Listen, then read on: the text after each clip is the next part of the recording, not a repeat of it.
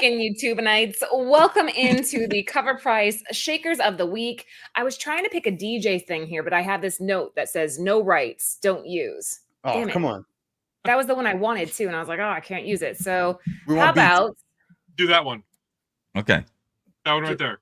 The one you're looking at. That one. Do that one. Oh. all right. EA Sports. It's in the game. EA Sports. It's in the game. EA Sports. It's in the game. EA Sports. It's in the game. EA Sports. It's in the game. EA Sports. It's in the game. EA Sports. It's in the game.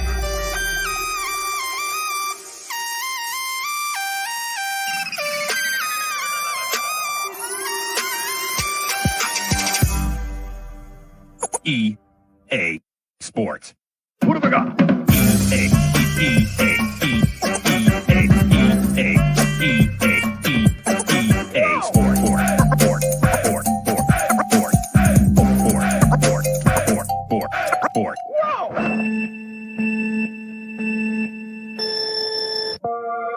Here we go.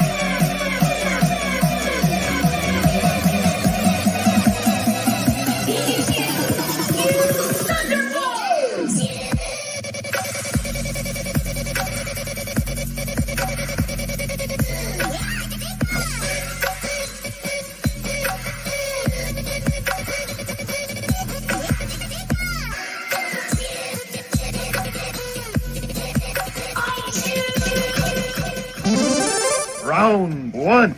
Fight. Oh, you get.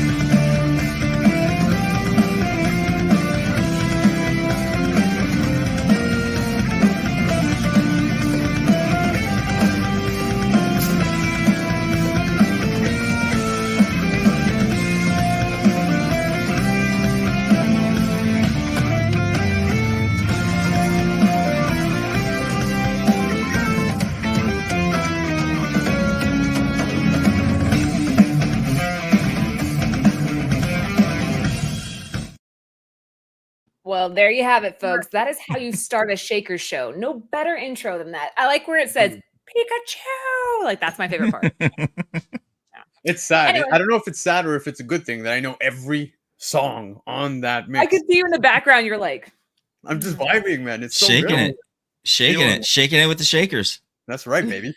Exactly. Guys, welcome in. If you are just joining, this is the Shaker Show of the week. Let's do a quick round table. We'll start with you, Marty. Say what's good to the people. Oh, what's going on, everybody? Welcome to this great and wonderful show tonight. I just want to say we love you so much. And thanks for joining us as always. We hope that you enjoy the show as we always bring you a great and wonderful, wonderful show live to your doorsteps. Thank you very much. Fantastic. Yo, you channeled your inner Bob Ross with that one. I'm not gonna lie. That was Bob Rossi. Yeah. Was it? Was it? Yeah. I wanted to try something new. So, here we go. Nailed it. Maybe Nailed it. happy little trees there. Dr. Yo-Yo, you're up next. Oh, hey, welcome back. It's Thursday. You know what that means. We're here for our Shakers Report, and I'm really excited. This is a great list. Thank you all for the birthday wishes on Instagram. I had a lot of people wish me happy birthday. I appreciate that. I got some good stuff, including this, which will tie into one of our Shakers tonight. Love it. Check out this banger of a watch that one of my friends gave me. Look at that. Wow. And that he is giving away tonight, ladies and gentlemen. So make sure you're watching the show all the way there. No. Tell you what, if we can get to 200, if we can get to 200 live viewers, I will give away a yo-yo. Okay? Not whenever we get there. Whenever in the future, if we ever get to 200 viewers, I will give away a $125 signature yo that I designed and released back in 2016. Wow. Okay? All right. You guys hear that? Interesting. I like that. I'm going to throw shade to this little lady right here. Because all that smack talk about Fortnite, okay? I sent her a friend request to get this thing started, and she has not friended me on Fortnite yet. All the excuses in the world. I've been busy.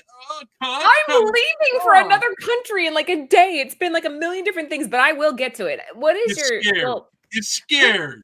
I'm not scared. I love it. Ooh, this is them some saucy words, ladies and gentlemen. You heard it live here tonight. Oh Marty, my goodness. Get the popcorn. It's popping already, Lando. It's popping. Chris, got a good chat. Put your username because I get a lot of friend requests, so I need to know who you are. See that right there on the @ symbol? That's the username right there, okay? At Dr. Yo on everything. All right. At Dr. Yo-Yo, ladies and gentlemen. Are you guys hearing this shit? This is a little intense for a Thursday night, Christopher. Full name. That means he's in trouble. Ah, man. Full Challenging the queen. Full name. Anyway, last but not least. Much love, Laura. Much love. Lando. Say hello to everybody.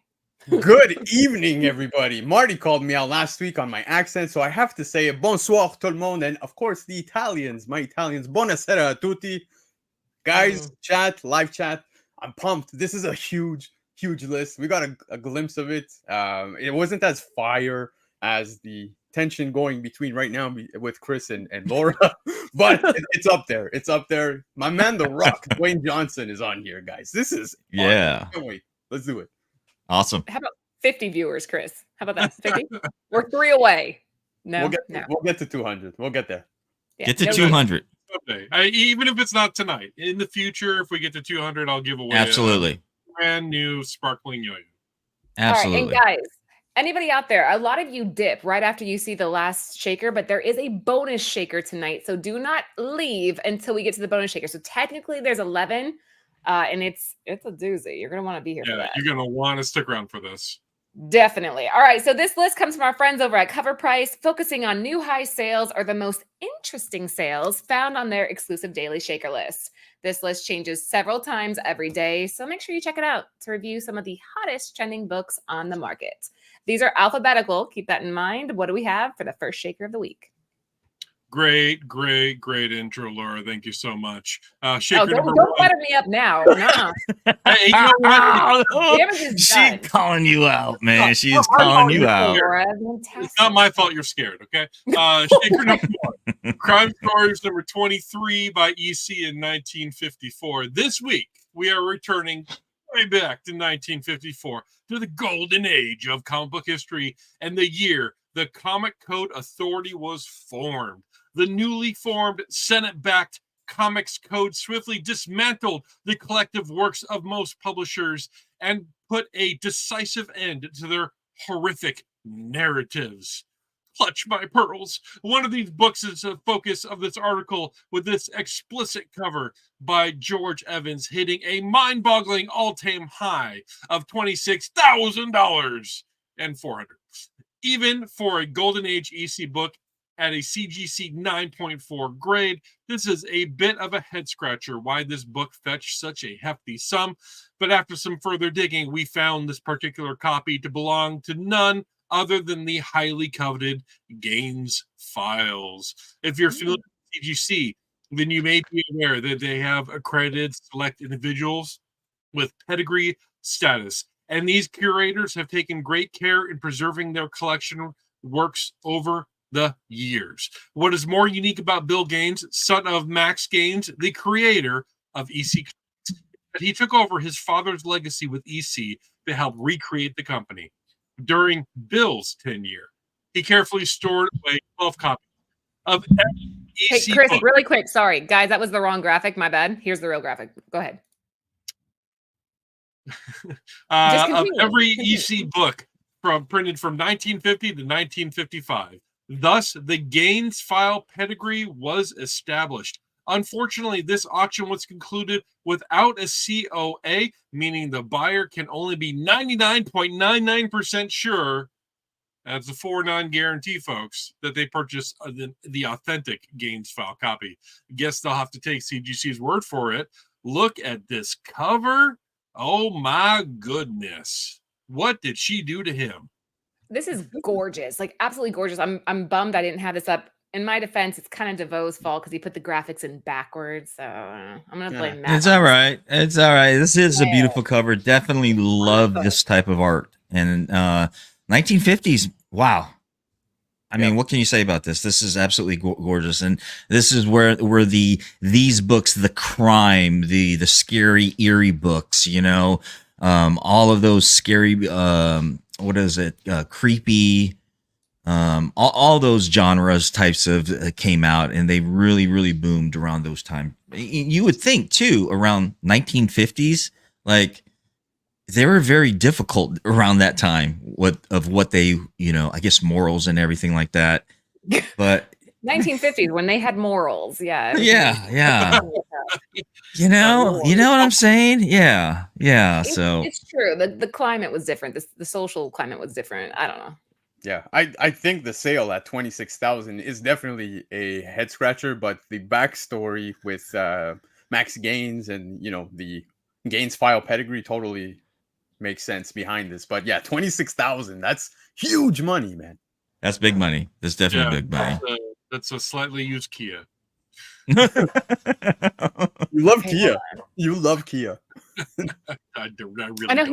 he does say Kia a lot. We gotta switch. We gotta get you up. We're gonna have to upgrade you to like Toyota. So 9.4 for 26,000. Does anybody have the census pulled up? Oh God, no. But I could check as we go along. All right, we'll keep going. I'm just curious what these typically go for because we're saying this is a head scratcher, but I think that I don't know. I think it sounds reasonable. Yeah. Yeah, No? 9.4. And this is a pedigree. This is also a pedigree too, right? Well, there's no COA. So Okay. Yeah. CGC says it's a pedigree, but you know, we'll see. Okay. Seems worth it to me. All right, let's keep on cruising. Well, hold on. I'm going to give Lando a second to look that up. While he's doing that, guys, if you were just hopping in, this is the first shaker of the night. We got Crime Suspense Stories number 23 from EC back in 1954, where, as Marty said, people cared. Or people loved each other. Not so much now, but then they did. Yeah. CGC 9.4 came in at $26,000. Lando, what can you tell us about it? At the moment, nothing. Sorry, I'm having login issues. Right, speaking of the Golden States with me, like I think that sounds reasonable. Like it's a head scratcher, but why? If you have the pedigree of this slab, and it's not only a gorgeous cover, but that's some time machine shit right there. Yeah, oh wow. So we're looking at a huge jump from a 7.5 graded from $2,300 for a 9.4 at $26,400. A fine raw dog will get you about $810 for that bad boy. So a fine, which would grade it what, like a 5 to a 6? A 5 to a 6.5. Yeah. All right. Yeah. So I think 9.4 seems reasonable. Yeah, there's actually one grade, and literally only one copy graded higher in 9.6. So there's only one universal on that end, but 9.4s, there's only 5 copies on the census. So yeah, makes total sense. All right, there you go. Thank you, Lando, for the extra information. You're up next. What do we have next? All right, up next we have Digimon, Digital Monsters. Yeah, I'm sure you all remember that. Yeah, this is a Lando cover. Yeah. Dark Horse. Year 2000, guys. Digimon got a bunch of flack back in the day for being a ripoff of Pokemon, but that couldn't be further from the truth. Digimon was its own beast and developed its massive fandom with that overlaps with Pokemon, but it is its own distinct thing. Created as a counterpart to Tamagotchi, Digimon targeted young boys who wanted to see monsters fight, not be cute things that had to be taken care of. Digimon would go on to have its own con, video games, card games, action figures, TV shows, and all the ingredients a juggernaut of the early aughts could expect. Oh, and I also want to mention a comic book. Here you go. This is the one, guys. But that brings us to this title, the premiere issue of the first Digimon comic in the United States of America. It debuted a year after the show originally aired, right at a time when Digimon was picking up steam and competing for attention. Now, on the 25th anniversary of the release of the original show, fans of the IP are taking another look at a nostalgic piece to add to the collection. But high-grade copies are not cheap, with a CGC 98 copy recently hitting the market and selling for $400. That's a sizable jump from the last sale of $182 in 2023, and a massive premium compared to near mint raw copies that routinely go for sub $20. Another aspect of that premium is the market is severely limited, with only 15 CGC 98 copies on the census. So, for fans of the IP searching for a piece that features the whole original squad, be ready to pay up for a premium copy if you can find it. Now, it's funny because I've seen this book go for sale by friends even close to me. Yes, some of them came very close. You know, they picked up a few copies. They sold them relatively quick. But it is funny how Digimon was pretty much a counterpart to Tamagotchi. I was actually version, right? I recently went to a dollar store nearby. I guess Dollar Tree for Americans, but they had a Tamagotchi Digimon. So it's funny how that's become one. And of course, my kids bought one. I even bought one. I have one here with me. So. Wait, what's awesome. Your Dollar Tree in Canada? Say it again. It's the dollar store. It's actually called Dollarama. Dollarama. Interesting. We have Dollar Tree. We have the Dollar General. We have 99-cent store where stuff is only 99 cents. That irritates me, but right. Here, look, Laura, if you don't mind, do you mind just sharing the screen? No, I got you. So here you go, guys. Like I said, they actually are together, paired up. Look, see, Digimon and Tamagotchi. There you go. Oh, your screen. Whoops. Hold on. I shared the wrong screen. There you go. So Digimon, Tamagotchi, right there. Right. Pretty cool. Pretty cool. That is cool. Nice. Yeah. I'm not opening this one. I don't know a lot about this, so it's hard for me to speak to it, but it sounds neat. Yeah, it's fun. Yeah, I'm gonna go with you on that, Laura, and Lando is the subject matter expert on this bad boy. Yeah, Pokemon, I know we can talk Pokemon all day, but this is just something I'm not really familiar with. Oh man, Digimon was the bomb. I don't know. I'm sorry. Digimon is the wish.com of Pokemon. What do you want? I guess, but it is different. I'm just gonna say there's differences. Like my guy was Agumon. I loved Agumon. I'm sure I could see some people here in the chat liked it. Come on. A couple people did. I don't see anybody on the board yet, but you had a couple people, and a couple people said Digisucka. Digis. It's clever. All right, well, there you go, guys. Digimon Digital Monsters #1, the Dark Horse from 2000 with a top sale. So somebody out there was willing to drop 400 bones for a CGC 9.8. Yes. Pretty cool. What do we have for the next shaker? Ooh, Laura, Helen. once again, you ask amazing questions every time we get on the show. So I need to follow it with an amazing answer. And this is, first of all, an amazing, beautiful cover, right? This is G.I. Joe #1, Arthur Adams' second printing by IDW, published in 2013. G.I. Joe has been on a tear recently as the acquisition by Skybound and the inclusion in the Energon universe alongside Void Rivals and Transformers. Energon has. There you go. Energon. Okay. Thank you. Energon. It's okay. Keep going. You want me to keep going now? Okay. Yeah, I'll shut up. Has put. You got this, Marty. I got this. Has pushed this legendary toy icon to new heights. The Duke and Cobra Commander miniseries has garnered rave reviews, eventually giving way. You guys are killing me, man. Okay. Herbervlinger, Bert Hermgeif, Irv Hermlinger, Bing Livehanger, Livelink, Bert Herkern, Bingo Lingfucker. You got this. I got this. All right. The Duke and Cobra Commander miniseries have garnered rave reviews, eventually giving way to an all-new #1 issue of an ongoing G.I. Joe series in November. G.I. Joe variants have seen an uptick in interest as this week features 3 of them on the Weekly Shaker Report. When we last spoke about this Arthur Adam Baroness cover 5 months ago, the first print hit an all-time high of $250 for a graded 9.8. Well, this week, the rarer second print saw a spectacular sale of $625 for a graded 9.8. IDW published a slew of variants for this series, with many of the issues appearing on the Weekly Shaker Report. So get out there and search those long boxes. There we go. I did it. I held myself together and I nailed it. This is badass. This is so cool. It's an evergreen piece. What do you guys think?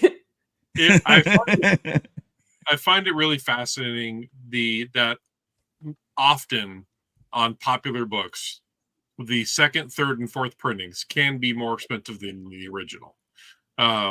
Like Thor #1 with Jane Foster's Thor, right? The regular is like a $15 comic, but the fourth printing, which has the purple logo and everything, it's like $50. And this is another one of those instances where second printing is much more expensive than the original. Wait, you just said the opposite. How much was for the Thor? How much was the original? You were saying like 15. Oh, okay, yeah. That I know, but the far the printers go, it's less quantity, right? So yeah. I mean, usually you see the additional printings. There you go. Thank you, King. There you go. Yeah, lower print runs on the follow-ups for sure, but I don't know. It's like I kind of took that gamble with these later print runs of the new Ultimate Spider-Man #1. I keep on picking up a couple because it's a really popular book, but I don't know. It's always interesting to me how second printings or reprints sometimes fetch a higher price tag than the original, and this is a perfect example of that. Yeah, I saw somebody mention lower print runs, and definitely, you guys brought up Energon Universe, and we look at where we're at right now with the Energon Universe. You can see they're hitting so many later prints, whether it be Transformers, Void Rivals. Like Void Rivals 1 went to a 10th printing, which is absolutely incredible. And I think we need to capitalize also because fatigue kicks in, right? The fatigue will kick in, and those are the ones when you hear people huffing and puffing, you're like, ugh, 10th print, I'm going to pass. Buy it up. The more they say that, buy it up. That's all I'm going to say. But when you look at this particular book, G.I. Joe #1, second printing, Arthur Adams killing it on this cover. Yeah, this is a gorgeous book. I'd happily want to get this. Yeah, Energon. I'm a big fan of of collecting first prints, second prints, third prints, whatever, Yeah. I used to be really huge on collecting variants as well. I've really slowed down on that, but definitely if you enjoy a certain series or enjoy the cover to that, or if it's a key book and it's hard to get and they have to do a second printing or third printing, I recommend grabbing it. Get it, just get it. You won't go wrong, because if you look at the trend with how a lot of these second and third printings are going, some of them really go a lot more than the original cover, or the first printing. Exactly. Well said. So I think we're all in consensus here. So like getting the extra printings is worth it. Even if you start to get like, what's the word? Worn out, I guess, by these things. When you see the fatigue will kick in. There you go. Yeah, thank you. But one thing I will say, Laura, is that sometimes it's the reverse, right? Some people sleep on that first print and then the second print gets heavily ordered, right? So that's true. Like I said, when you see the fatigue kicking in, definitely capitalize. I think it's a good opportunity. Well, Void Rivals was like a weird situation too, because people didn't know what was going to be on that final page. It was like, wait, what? It was like, bomb. So anyway, all right, guys, there's 90 of you hanging out with us right now. Thank you for being here and hanging out with the Shakers. This is G.I. Joe #1, the Arthur Adams second printing from IDW back in 2013 with a CGC 9.8 coming in at $625. We're not even halfway there, folks. We got to keep moving here. What do we have next? We are almost halfway, so that's going to give me the plea and the beg to go and give the smackdown to that bell icon and hit that like button and share this stream, because you, the audience watching our stream, is what makes this show possible. We are not sponsored. We are not paid. We are doing this out of our own love and joy of the comic book industry and giving you guys information that Cover Price has aggregated and put together for us all. So please go like, go share, go subscribe before I smack your candy asses. Okay. Shaker #4, G.I. Joe versus Transformers #1, second printing, another second printing from Image in 2003. Where there is smoke, there is fire. When we wrote about this book last year, there were rumors about G.I. Joe showing up in Transformers Rise of the Beasts movie. An Easter egg appears at the end when Noah is handed a business card with the G.I. Joe logo on it. Paramount has now officially confirmed a crossover at the CinemaCon 2024 to be released within the next 2 years. Although this comic is not the first appearance of G.I. Joe versus Transformers, it is a rare cover that incorporates both the Joe and the Autobot logos. The all-black cover makes for a tough 9.8. So it wasn't surprising to see a graded 9.6 sell for $250 this week. The companion to this book is G.I. Joe versus Transformers 2, #0, the convention exclusive, which features an all-white cover and a shattered Cobra Decepticon logo mashup. Both intellectual properties have been on the rise since being introduced by Skybound, so it will be an exciting watch for the next sale of these books. Who's taking over Paramount? We don't know. I didn't even know that was a thing. Yeah. Silence from the panel. Nothing. Yeah. Cricket. Well, I need a cricket button. That's what I need.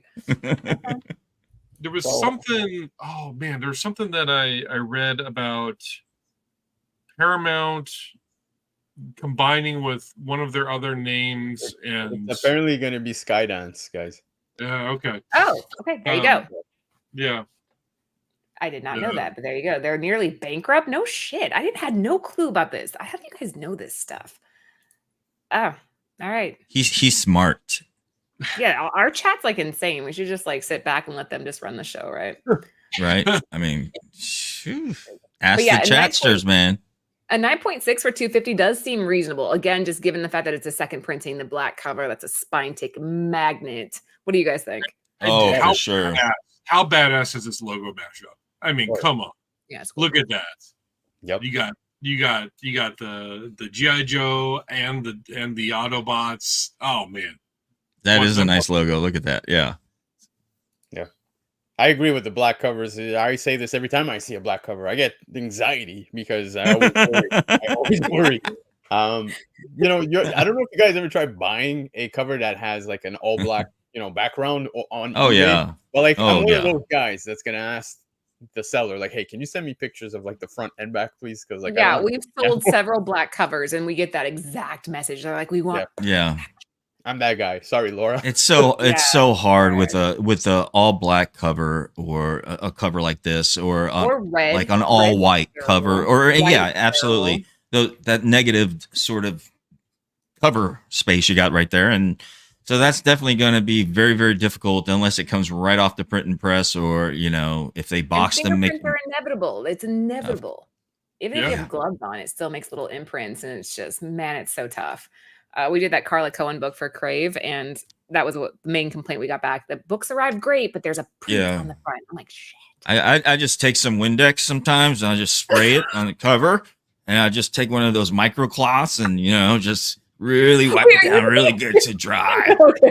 Just kind of making sure that I get those fingerprints off, right? Because you don't want to send it in to CGC with fingerprints, man. No, Okay, Windex, way to go. Don't follow this advice, folks. Okay, do not try this at home. We are not responsible for whatever That is damage happens to your book. I'm just telling you what I did. I'm not telling you what to do. I'm just telling you what I did, right? Yeah, exactly, Rudy. Hawk Twill on that bad boy. Oh my god. Okay. G.I. Joe versus the Transformers #1. Second printing from Image back in 2003. CGC 9.6 coming in at $250. Yeah, not bad. What do we have next? At number 5, we Gorgeous. have Hit Girl Gorgeous. number 5. And this is a gorgeous variant. I do want to put that out there. But this was published by Marvel in 2012. It has been over a decade since we last saw Kick-Ass film debut in theaters. Can you guys believe that? I don't feel like it feels like 10 years. But Really? although Kick-Ass may have had an unsatisfying ending, director Matthew Vaughn is looking to revitalize the project. He announced a film titled School Fight, which was the first film in a new trilogy for the Kick-Ass saga. It wrapped production in 2021 and it debuted footage at the 2022 London Action Film Festival. However, no trailer or release date has been announced since that last debut. Even without that movie being marketed, Vaughn has begun working on the second film of the trilogy, titled The Stuntman, and he seeks to end the trilogy with a final film called Kick-Ass. If these films hit the mainstream media, we could see a rebirth of this property and, subsequently, the reignited interest in Hit Girl. Hit Girl is the more capable powerhouse of the crime-fighting duo. She was so popular that she was given her own solo series, with this issue being the last of the mini-series. This book is also a 1 in 25 retailer incentive by a prominent Marvel artist, making it a highly desirable collectible for Kick-Ass fans. Plus, it just looks phenomenal. 4 years ago, this graded 9/8 was selling for a fair market value of $60 US. This past week, it sold for a brand new all-time high of $250. This is a great buy for a cover that is likely to go down as a classic in this heroine's collectible variants. Gotta say, the cover is insane. I love this. Yeah. Gorgeous. Absolutely. Beautiful, beautiful. And here we go with just what we were talking about with the all white cover, right? The background. Yep. Probably a very difficult book to get. However, CGC 9.8 at $250. I think I would hold it. Yeah. Marty, would you No. have gone, okay, yeah, this is Sinkovich? Yeah. Yep. I wouldn't have guessed it. I'm familiar with his style, but this is just like not what I would have expected. I love it. Don't get me wrong. But I mean, we do It's obviously. beautiful. Yeah. Yeah, no, this is totally up his alley. This immediately gives me his vibes, cover wise. But yeah, it's so nice, and I couldn't agree more. Right? If we do see some more stuff coming out, Hit Girl is a definite book that could pop. Oh, Wait, it's for an sure, homage man. cover or what? Sorry, What's it homaging? homage. What is it homaging? Yeah. That's a great. Great question. I don't recognize any homage. But yeah. Hold on, let me think about Absolutely. this. Okay. You guys, we know what is Interesting. this homaging? Do not Google it. Let's just guess. What is this homaging? Maybe Let's Deadpool? just Electra. see real quick. No, the chat already told us it's Electra. Really? Is it Electra? Hold on. Damn, I wish I had the image for that. I would have showed it to you guys. That would have been cool. But Oh yes, Electra Assassin. There you go. Let me see. Yeah. Okay. That's neat. Very yeah, good. I have it These here. guys are smart, man. These guys are they're on it. They're smart. yeah. Here, if you want Yeah. if you want to see it, the homage, I have it on All my right, little- I'm taking this graphic down so you guys are gonna be on screen for a second. Just giving everybody fair warning. There you go. There you go. Okay. Okay. Oh, all right. Yeah, I wouldn't have guessed that right off the bat. I would have thought more like Yeah. I remember there's one with Deadpool, but Yeah, that's neat. Yeah, that's pretty cool. Speaking of Kick-Ass, really enjoy that the movies on that one. Really enjoy the with Hit Girl and all that. It's comedic. It's a good fun movie to watch. I mean, it's up the alley of comic books, if you will. And so if you haven't seen it, I definitely recommend you watch it. It's a fun show. Yeah. Oh, movie. Let's just say. I think that Kick-Ass would do better if it was given the Invincible treatment as an animated series. I think, and put on one of the streaming sites. I think that it would do better rather than live action. Yeah, rather than live action. I see a long running series because the books are great, and there are several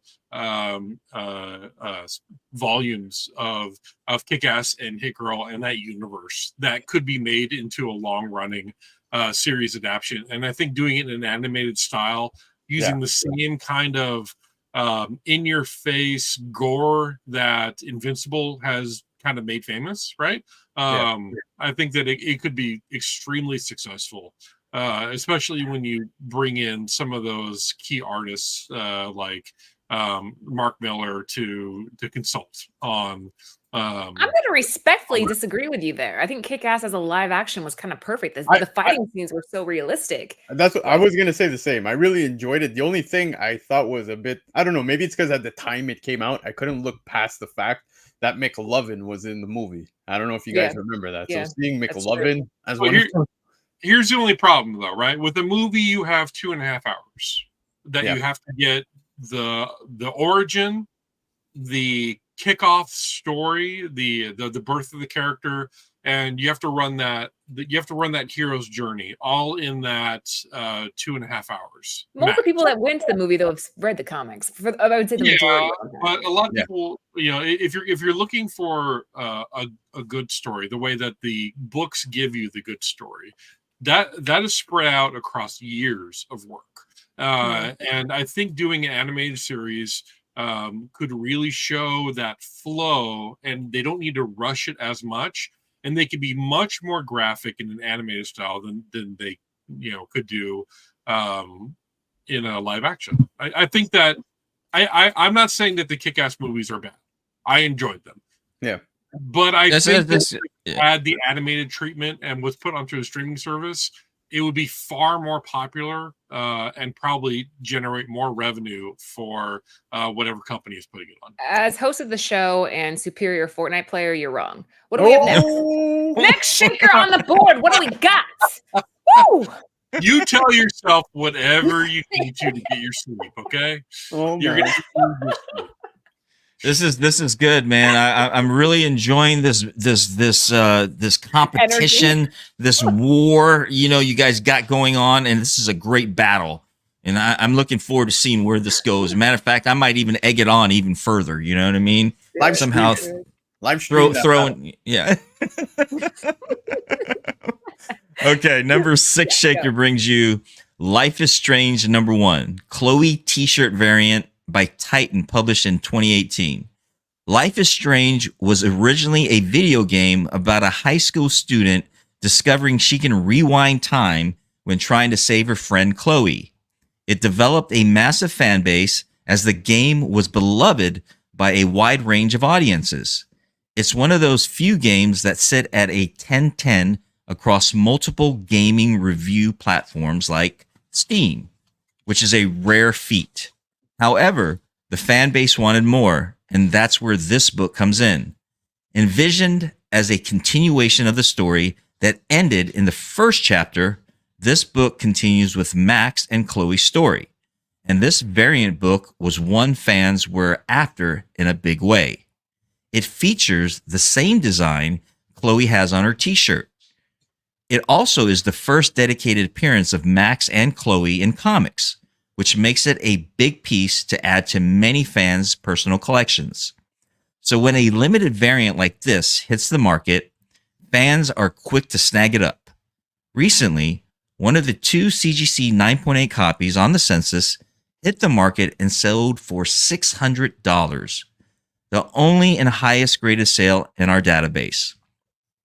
As mentioned, there are 2 in that grade on the census, with the only other copy being a CGC 9.4. For those who want to skip the price tag, this book sells for around $50 for a near mint raw copy. But sales are all over the place when it does change hands. For a new and growing IP, it's incredible to see the love behind it and how it intends to other mediums outside video games.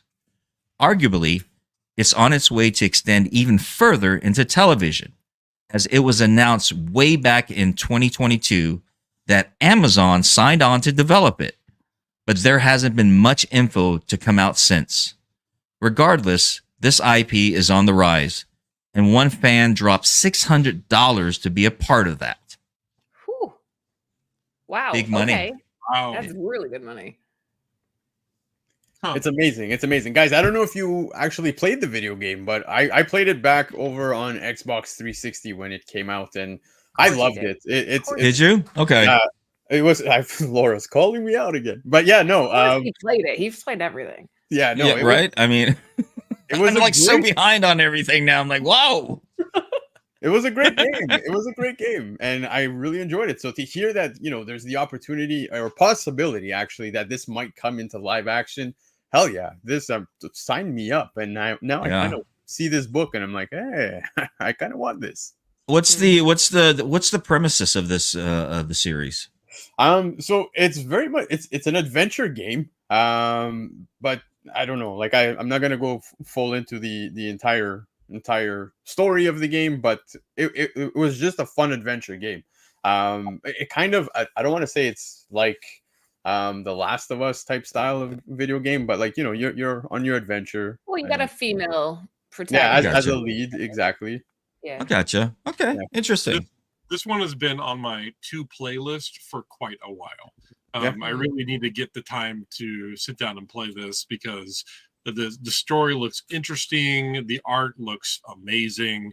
I really want to play Life is Strange. I need to give it a chance and really dig into it because it just looks like one of those great games. So again, you see a video game comic book, right? Who is it that's always saying to get these? There's no somebody. idea. Yeah, absolutely no idea. You could say it's like reading the tea leaves, maybe. Reading the tea leaves. It is. As TiVo would say, look at what's happening in the industry. Look at those video game #1 first appearances. I'm going to give everybody in the chat a prospect, a speculation. Street Fighter #1 by Malibu Comics is $15. That's the first appearance of all the Street Fighter characters in comic books. That is a steal. What's the print one on that thing though? Was that Oni Press? It was Malibu. Malibu. Okay. It's interesting. All right. So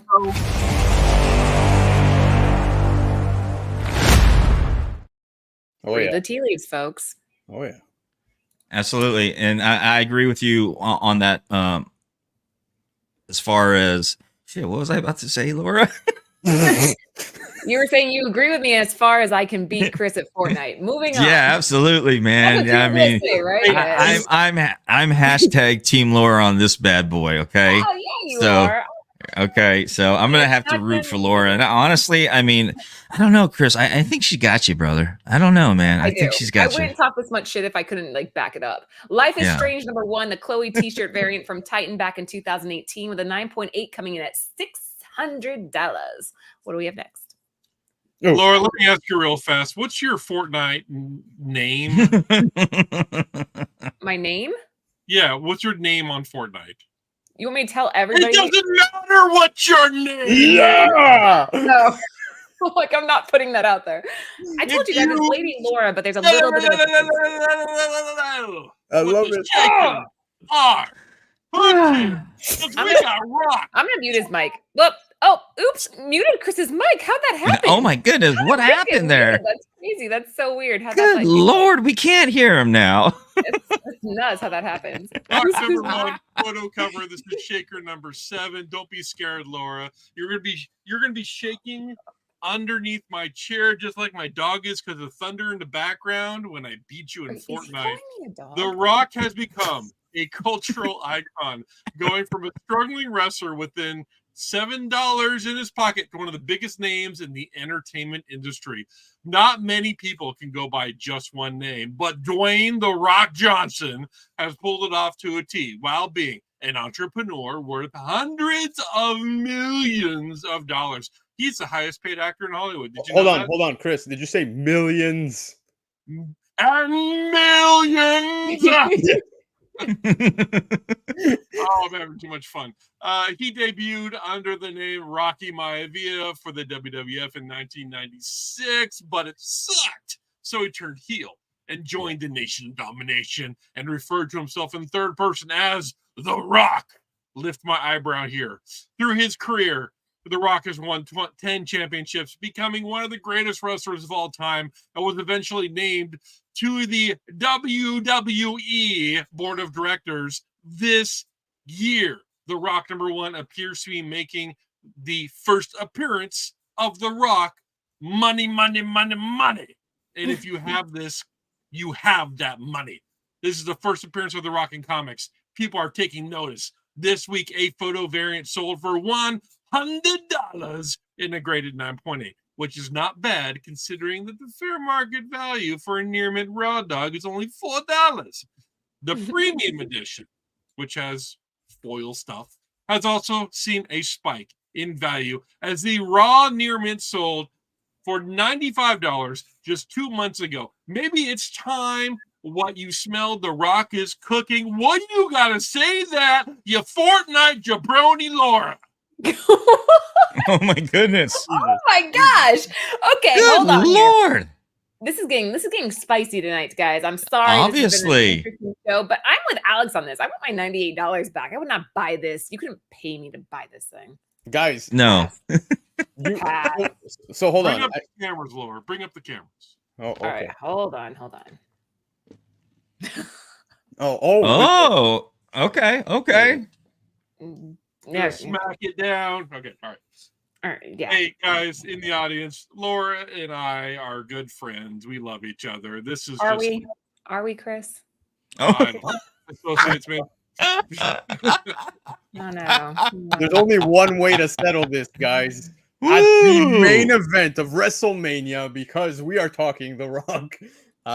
Guys, just to talk about wrestling and this book in particular very quickly. I grew up watching wrestling. I still watch wrestling religiously. Every Monday, I'm tuning into Monday Night Raw. Every Friday, I'm watching SmackDown. And I will tell you guys that one of the bigger stars of the Attitude Era is The Rock, Stone Cold Steve Austin, Triple H, even Chris Jericho. I could go on forever. But these photo variants are always available in bins. And it's crazy because you can come across them. I picked them up. I'm a wrestling fan, right? There's the Undertaker. How can we forget the Undertaker? Taker, man. That Undertaker comic, dude, is amazing. Like, I pick it up every time I see it. I don't know why. It's just there's the actual comic cover itself. Then there's the photo variant. So I like picking these up. But like I said, wrestling has never been healthier right now than it has been since probably the Attitude Era. Because yes, it's true. He is now part of the TKO board of directors. TKO purchased the WWE, and they're doing great things right now. So it's a good time to be a wrestling fan. And photo variants in general, too. I've got to agree with my Canadian brother up there, who may or may not be from Winnipeg, but it's a Christopher joke for all you in the chat. Listen, I love pro wrestling. You guys have seen my background. I got Andre the Giant back there. I got pop figures galore from WWE and AEW. I love pro wrestling. I love it. I'm a big kid at heart, and pro wrestling is a big part of that. And I always pick up wrestling books when I find them in the bins whenever I can. And it's just awesome. It's just awesome stuff. Yeah, Chris, I love it. Just a quick thing to add. I don't know if you've realized this, but a lot of comic book fans happen to be fans of wrestling. And I remember back in the day when I was watching wrestling, it was like Ultimate Warrior, Hulk Hogan, Sergeant Slaughter. We can go on forever, right? Vince McMahon himself had come out saying that basically wrestling at that point in time was comic books brought to life. And I think that's what links it together, right? Like what? He said that. Yeah, I swear to God, he said a lot of crazy things, but that was actually a real thing he said. What did he say? He said that wrestling at that point in time, especially in the 80s, was basically comic books brought to life. You would see they were all cartoon characters. Exactly. I could see that analogy. I could see how they can interpret that as far as that went. Yeah, I can see that. Yep. Exactly. Okay. No surprise. I'm super judgy. I don't get the whole wrestling thing. I know it has like a cult following, but for me, it's like synchronized swimming. Well, think about it this way, Laura. Do you like watching like Game of Thrones and stuff like that, right? Yes, love Game of Thrones. Hey, speaking of that, man, tonight is starting the new series, Laura, for Rings of Power. Oh, really? Yeah, season 3 tonight started. So today, as you were. So after this, we'll go with that. We'll go with Rings of Power, right? You like all the stunts and everything they're doing. They shoot each of those episodes. They take like 15 takes. They edit. They get the angles right and everything. Pro wrestling, it's live.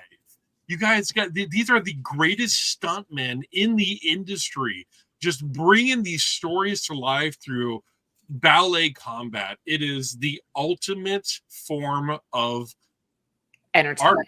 It's art. All right. Well, there you go. Chad Cave says we have to move on. Wow, he's very passionate about that. I noticed he's very passionate. Goodness, what is Look this? at this one. Wow. Yeah. Oh my God. 1956 too. This is a wonderful cover. Of course, Shock Illustrated number 3, EC 1956. Oh my God. Yeah, this is insane. Absolutely insane. Is it me, by the way? Is it what? Is it me who's supposed to take this one? Yes. Yeah, it's you. Okay, you got it, brother. You got it. Yeah. 1956, EC Comics, one of the many publishers that faced the Senate-appointed Comic Code Authority's wrath in 1954, could not withstand the backlash of their stringent censorship and was eventually forced into paralysis. Facing harsh criticism, EC Comics had a difficult time surviving amidst the harsh reality of a tamed comic culture. One of their titles, Shock Illustrated. Shock Illustrated. Ooh, I have my hand on the trigger. Lower. Shock Illustrated suffered from the aftermath of the authorities' witch hunt and only survived 3 issues. Unfortunately, issue 3 was never released because the 250,000 unbounded copies could not be circulated due to EC's distribution company going bankrupt. Only 100 copies of this book were eventually bound and handed out internally within EC's offices. Wow. This week, one of these rare copies survived over 50 years and made it to an all-time high sale of $10,800 for a CGC 8.0. Surprisingly, there are 22 graded copies on the census, with 9 copies higher than 8.0. There's actually 2 at 9.8. If the rest of these graded editions ever come out of hiding, expect huge gains after this monumental sale. That's nuts. I had absolutely no idea that they had, let's say, 250,000 unbounded copies that were not allowed to be circulated. So I don't know what happened with all those copies, of course, but there's only, 100 copies of this book that were They're eventually destroyed. Nobody's Yeah. gonna keep that amount of paper around it. It was destroyed. It had to have been. Yeah. It had to be. I mean, destroyed or 1950? in some form or another. Yeah. Yeah, and now looking at where, with the information provided here, that 8.0 selling at $10,800. There's only 22 graded copies on the census. There's 9 of them that are actually higher than this. So I'd be curious to see what the higher grades would sell for, because CGC 8.0 is selling at 10,000. 10,000, and they have. And you said they had a 9.8 as well. And wow, I mean, for a book at 1956. And, they just stacked books on top of books on top of books then. There was no back and boards or anything like that. So for a book that old to get a 9.8, that's just incredible. There was no flipping either. Like, you don't see these people in the warehouse like stashing these to flip them later. Like, the rest of the copies they're gone, man. Like, exactly. They don't exist. Oh, for sure. Yeah. What's really interesting about, I know that all these pre-code horrors are worth money, but you look at this, right, and it's a quarter, and that's 3 times the amount, or 2.5 times the amount of a regular comic during that time, because this is back when comics were a dime, right? So that's pretty interesting, because that sales are going to be a little bit slower because they're more expensive, but then you add on top of that this was one of those books that never actually reached the shelves. Mm-hmm. And that is just amazing. You're talking about a 1950s backroom handout, basically. That's what this Beautiful. was. This is beautiful. This is like my favorite on the list so far, by far. Yeah, it's definitely a gem. Gorgeous cover, yeah. All right, there you go. Shock Illustrated number 3 from EC back in 1956, with a top sale coming in as CGC 8.0 at $10,800. And this is the first time Lando almost got Bingo Lingo fuckered, but he didn't. He avoided it. What do you guys think Pictofiction is down there at the bottom? No idea. Put it in the chat. What do you guys think Pictofiction is? Google that. Yeah, Google that shit. No, I'm not. That's not part of my algorithm. No, thank you. Here we go. What do we have next? Oh, Michael Turner. Yes. I really am a big fan of Michael Turner. As a matter of fact, I'm very lucky to have a signed cover of one of his Soulfire books. So I'm happy to see this on the list. This is Shaker number 9, Soulfire Special Edition number 1, Michael Turner 51st birthday variant, limited to 51. Published by Aspen Comics in 2022. It has been quite some time since Michael Turner first emerged as an interior artist in 1983 with IPC magazines. Anthology periodically, wow, that's a tongue twister. Anthology periodically, Eagle number 84. 12 years later, after catching the eye of Mark Silvestri, he graced the covers for the first time on codename Strike Force number 14. These early appearances were just the beginning of his journey to success, culminating in establishing his own company, Aspen MLT Inc.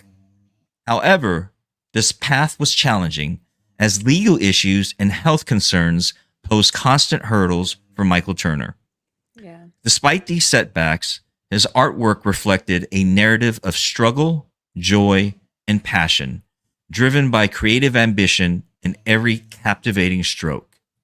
Regrettably, his ambition could not conquer the debilitating illness that plagued him, and he passed away at the young age of 37. Thankfully, for those who admired Michael's bravery, his legacy lives on through his remarkable achievements. One such tribute is the exclusive copy featured in this week's Shaker, released through an Aspen live stream on April 22nd of 2022, and limited to only 51 copies to honor Michael Turner's would-be birthday. Well, technically, 49 copies because Vince Hernandez and Frank Mastromaro skimmed off 2 copies, graded CGC 9.8 and a 9.9 respectively. Unsurprisingly, this collector's item is exceedingly rare, and we are thrilled to present it on our site for an all-time high sale of $154 raw. That's so cheap. Oh my god. It is still within arm's reach. There was another recent sale of $150, so you can see the trend is emerging. We are honored to share this extraordinary piece and hope to continue celebrating Michael's artwork in the future as a gifted artist and exceptional human being. Rest in peace, Michael Turner. This stuff goes for so cheap. Like you can find these in back issue bins. Not this. Oh yeah. Cover, but Turner art in general, it just doesn't deserve or doesn't get the love it deserves yet, which is shocking to me. Yep. Not all of it. Not all of it. Now his variants have made some wall books though too. So I'm happy. Oh yeah, I'm happy to see that. And he's such an amazing artist.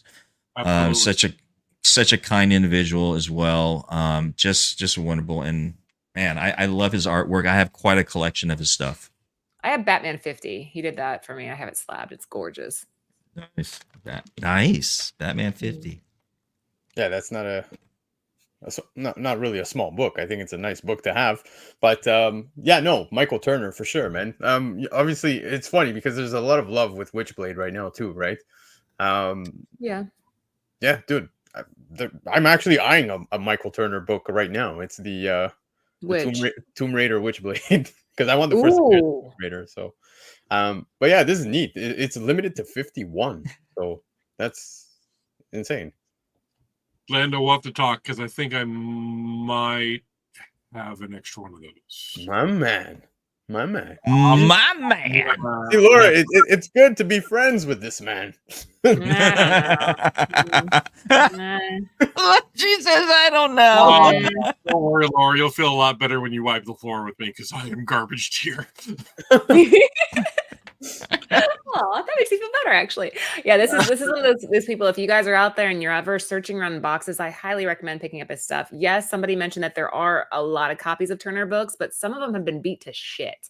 It's really hard to get a hold of some of these covers, especially the ones that we're all thinking in our head, like the Superman covers. There's a Flash cover he did that's phenomenal that nobody ever can get a hold of.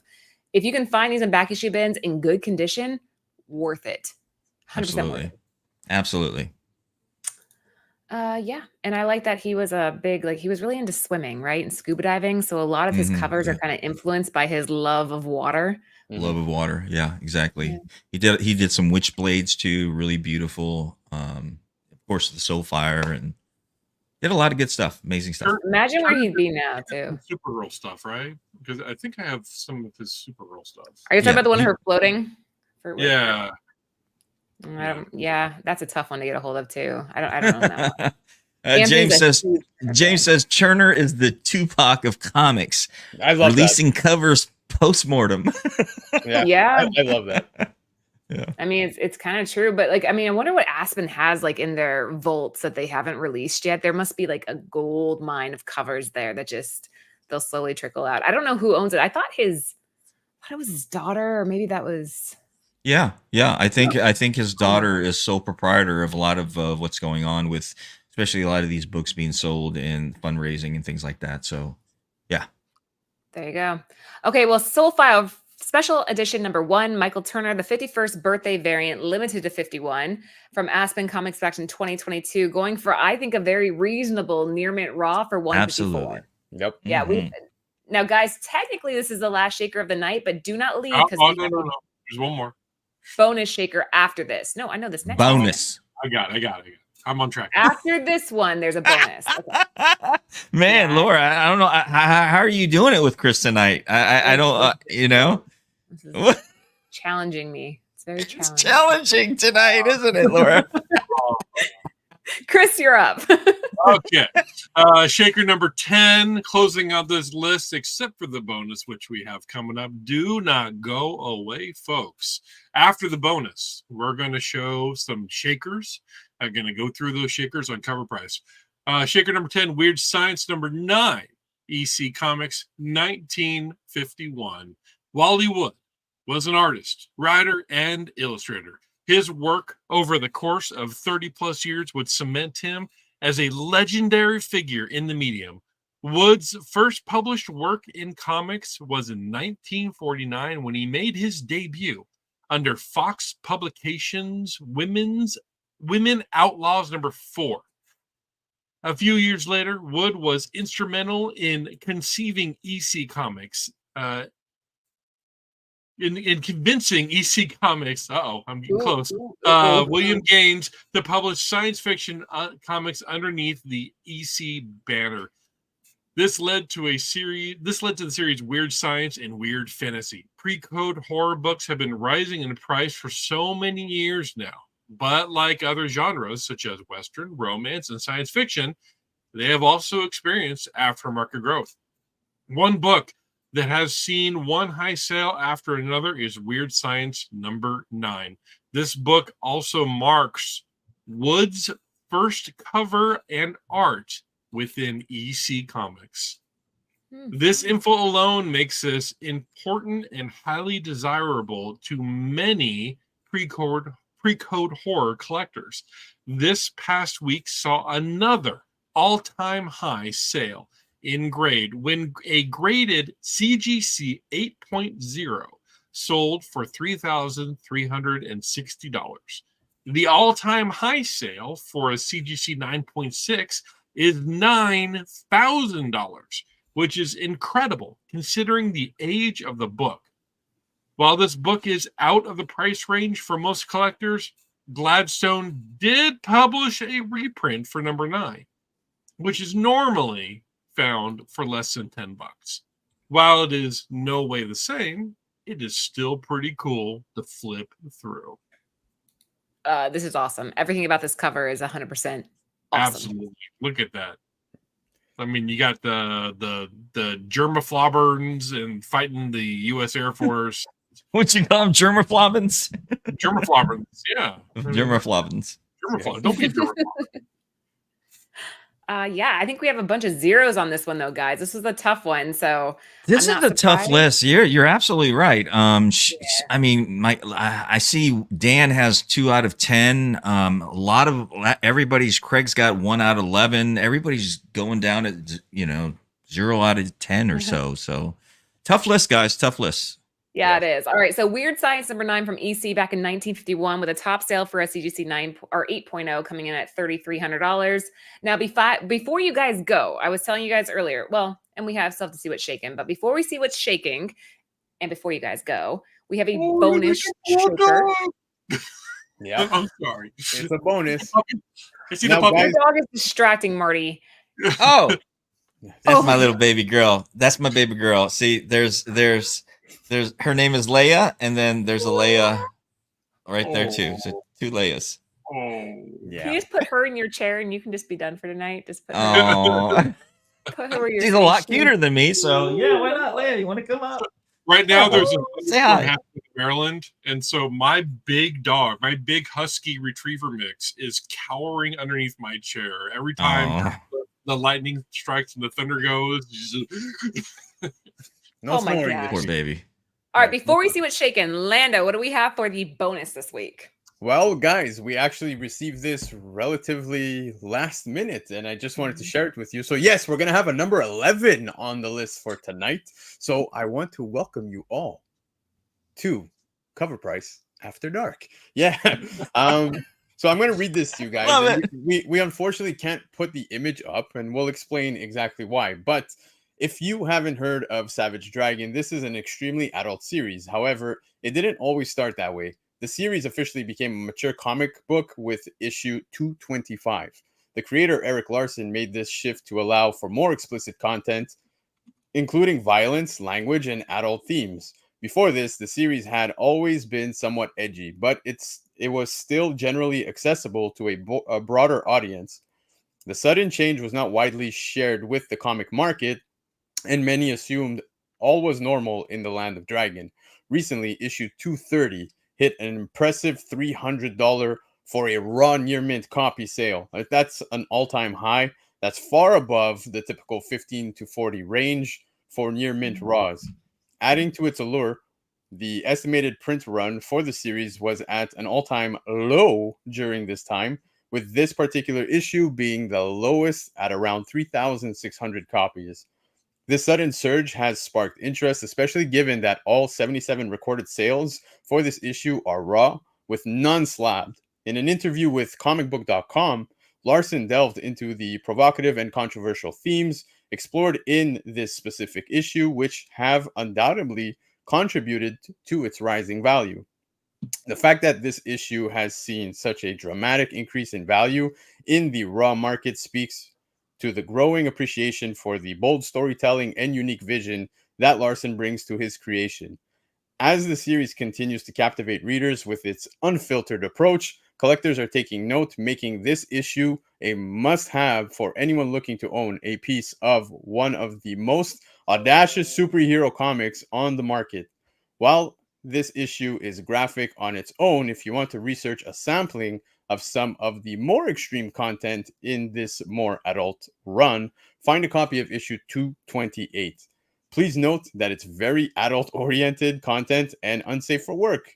If you do look this up, we're sorry in advance. So that's exactly why we can't show it. We can't show it.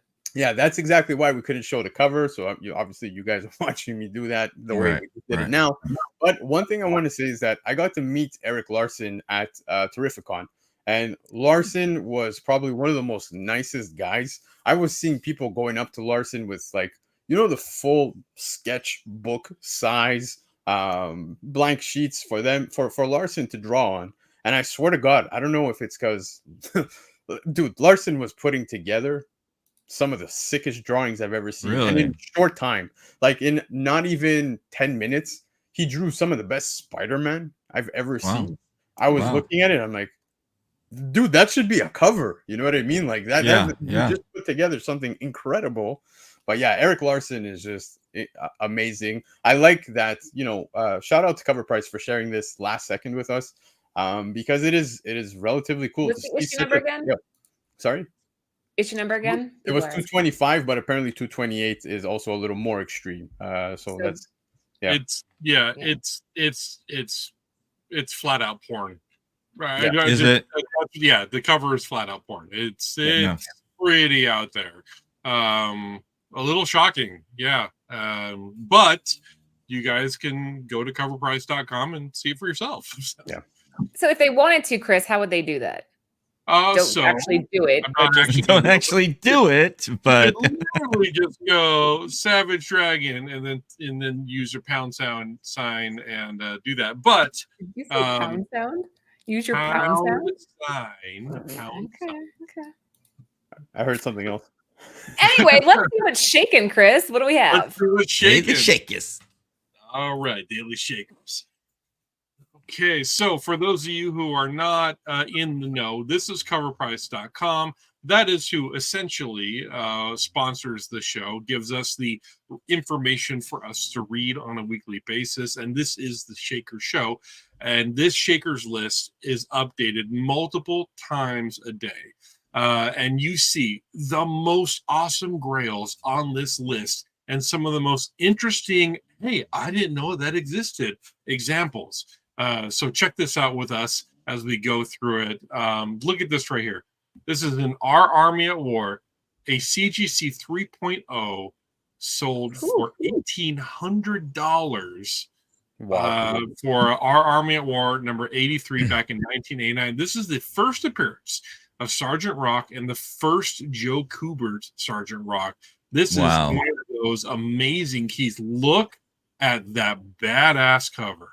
Oh my! That is a nice cover. Absolutely, yeah. That is a nice color.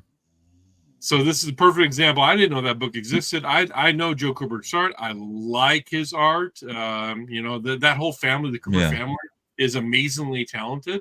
But when you go through it, you go, oh, hey, why is this spiking? Hey, we just learned something. And the more you know, here's another interesting Ultimate Fallout at right now? I'm just curious. Ultimate Fallout, one row down. Okay. Yeah. I'm curious to see what this has done. This book has been all over the map, right? I mean, we're going to see it when the next Spider-Man movie comes out, the Spider-Verse one. So let's see here. We have my gosh, a 9.8 for 9. Do you guys remember this was going for thousands? Yep. Yep. I remember. Oh. Yep. Let's look at the data. Let's see what's going on with the data. That's insane. All right, check this out. Okay, so we have 9.8. These are this is the graph of your total slabbed averages. So your average for 9.8 is about $1,300.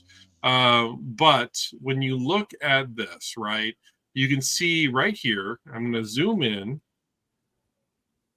You can see that there's your 9.8 that just sold yesterday for $900.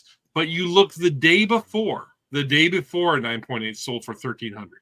So look at this. This is the last couple days right here. This top row right here. These are all your 9.8s that sold. So your 1,300 was a little high though compared to the rest of the week. Yeah. So this is some of the data that Cover Price gives you. And I really like to input this information into comma separated values and build graphs out of them to kind of see what the trends are. It kind of gives you a heads up of where the industry is going, gives you some speculation information. It's always valuable to go through and look at these things. Click on NYX. That was somebody that was talking about that. So of course, this is your first Laura Kinley X23 Kinney, sorry. And this is another one that's jumping up there, most likely thanks to her appearance in the Deadpool and Wolverine movie. That's doing very well right now, still in theaters. Here's a last sale, CGC 9.6 sold for $600. Of course, your all-time high right here back in at the tail end of COVID sold for 4.2s. Jesus. And your average 9.8 sells for about $1,200. So here's an interesting look at this right here. This is something that you wouldn't normally see on here. Here's your Batman adaptation, movie adaptation in a 9.9. This is from 1989. And last sale was for $1,500 for 9.9. Wow. Or 9.9. Michael Keaton's just spiking because of Beetlejuice. Yeah, like no. Chris, I actually came across this book a few times in bins at Terrificon, and like it was a $5 book all day. And really? Yeah, there's obviously the copies I came across were not 9.9 contenders, but yeah, it's interesting. It's crazy to see. I would say it was maybe a 9.6, right? Yeah. And even at that, like look at the drop off from 9.9 to 9.8. Big drop off, yeah. But you know, I can understand the want for 9.8s and high grades and stuff. But you know what? I'm content with a 9.6, 9.4, 9.2 all day. You know what I mean? Especially if it drops the price down and I have the book in my collection. But all this to say, look at the difference just between 9.8, 9.9. Like I will happily buy that for $75 in a 9.8, but at a 9.9 paying $1,500, this is a huge gap. Yeah. So I have the newsstand version of this. I don't have the prestige version. So that's the other thing that Cover Price lets you do is track your comics. So as you can see that little icon right there, little file icon right there. That means that I have this one. So Amazing Spider-Man number 98, I've got it. It says that I've got it, so that's how I know I've got it. And you track your collection. You can track your specs. You can look at the data in real time. And hey, if you see something that you like, Marty, you talked about this last Tuesday on the Tuesday show. If you see something that you like and you just want to know more about it, you can just click the eBay or the My Comic Shop right there. It'll take you to where you can go buy the comic. You can get that information. And the other thing you can do when you get into your collection is that you can sort it. You can put it into. You can feed your information into this. I have a VG copy of this, so mine's probably worth about $50. But you can even, if you really want to get into the details, you can put what your purchase price was, stuff like that. You can give the comic a rating. Say, oh, I love this story. I hated this story. You can Chris, do. Can you hit up X194 from Michael in the chat? Yeah, is it right there. That one right there? Yeah. So here we have X-Men 94, 1975 from Marvel Comics. Last sale was a CGC 9.0. Here's a raw copy of this sold a Raw VG sold for $283. This is the first appearance of the new team and title, second appearance of Colossus, Nightcrawler, Storm, Thunderbird, third appearance of Wolverine. This is a amazing book. For a 3.0, that is killer. That is killer. Yeah, it's one of those ones on my list too. And in case you're wondering, if you are looking at a key, it's going to give you that little key icon. And if you're looking at a gem, something that's really rare, you're going to get that little that little gem icon right there. And it'll sort your collection by those as well. Awesome. Yeah, so that's what's shaking. One more thing. Actually, no, that's it. That's what's shaking. Well, one more thing, guys. Before you guys all leave, I will not be here next week. So we will have Gabe and Marty holding down the fort for the top 10. And guess what? You guys are going to love this. JB will be back to host the Shaker Show next week. Oh, yeah. My man. Got him in. My man. So. Gabe reached out. Him. I really miss him. Gabe reached out to me right before the show, and I'll be joining you guys, Marty, on the Tuesday show. There you go. So Marty, Gabe, and Chris for Tuesday, and then on Thursday you will have Marty, Lando, Chris, and JB. Return. It's gonna be a lot of testosterone going on in next week's show, there, Laura. Oh, yeah. So it's probably a good thing that you're gone for a little bit. Okay. I'm okay with it. You guys do your thing. Like JB is irreplaceable. I just wanted on record that Laura is fleeing the country to keep from me in Fortnite. Okay. I had no plans to go to London, but then once the Fortnite thing happened, I was like, book, get out of here. Laura, hey, have a safe trip. Enjoy yourself. Have fun. Take many pictures and post pictures, please.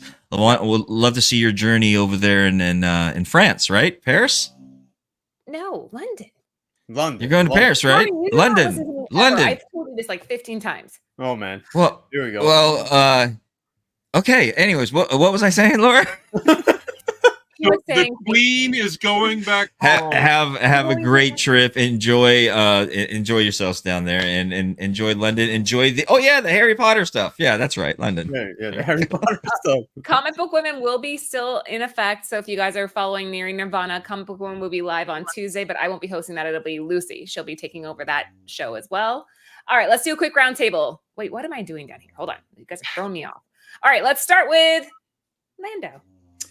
Well, not much except for, of course, to add to what Marty said, Laura, I hope you have an amazing vacation. Yeah. Europe is just incredible. I was there in April, and I wish I was still there. But shout out to all of you guys in the chat, everybody who came to watch tonight. If you're catching the replay, comment below, man. Let us know how you guys did on your Shaker report. If you hit, the offers, if you hit 1, 2, whatever it is. But show some love, of course, to everybody here. And we appreciate you guys. So we look forward to hanging out next week. Brace yourselves. Like Marty said, it's going to be a lot of testosterone. You thought tonight was crazy. I have a feeling we're going 2 hours next week, man. Yeah, it'll be fun. Chris, you're up next. Last words. Hey, thank you guys for joining us. I always have a good time here, even when we're teasing each other about Fortnite. I'm not very good. But I will play you, Laura. We'll have a good time. We'll see how many times you can wipe the floor with me. Over, under 15, 20, and 30 minutes. As we all know, humans are the real monsters. Yeah. And you guys can find me at Dr. AO on Instagram later. Marty, I feel like your last words are going to be like it. Chris, you are going to get teabagged so bad on Fortnite, brother. I hate to say this, man, but I'm gonna go with little lady Laura here on this bad boy, and I hope that someone can record that teabagging going on, and we could just loop that bad boy every once in a while on the show, But nevertheless, Laura, have a great and safe trip. Wait, Marty, you have to do the final words. I am doing the final words. Oh, I thought you were done. I was like, dude, you left out a part. Yeah. So, anyways, enjoy your trip. Like I said, thank you everyone for joining us. Really, really appreciate you guys watching us. Don't forget to hit that like, the share button, and subscribe if you're not a subscriber. And if you're just joining us, thank you for, taking your time to spend an evening with us. There's a lot better things that you guys could be doing, but nevertheless, you're joining us. And we're happy for that. We're absolutely happy for that. So, and always may the comic gods and TiVo continue to bless your long boxes. Bless them with happiness. Excelsior. Perfect. Love it. Guys, make sure that you like, comment, and subscribe to the channel for more weekly content, including the top 10, this show that you're currently watching, and Comics Covered, which is with co-founders Matt and John. So you guys don't want to miss that one. They do killer giveaways on that. So, all right, we are out. See you guys next week. Or Adios. maybe Tuesday, possibly.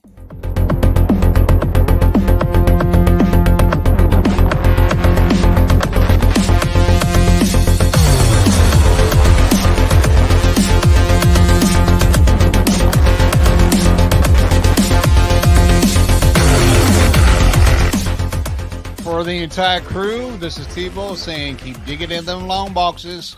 Peace out.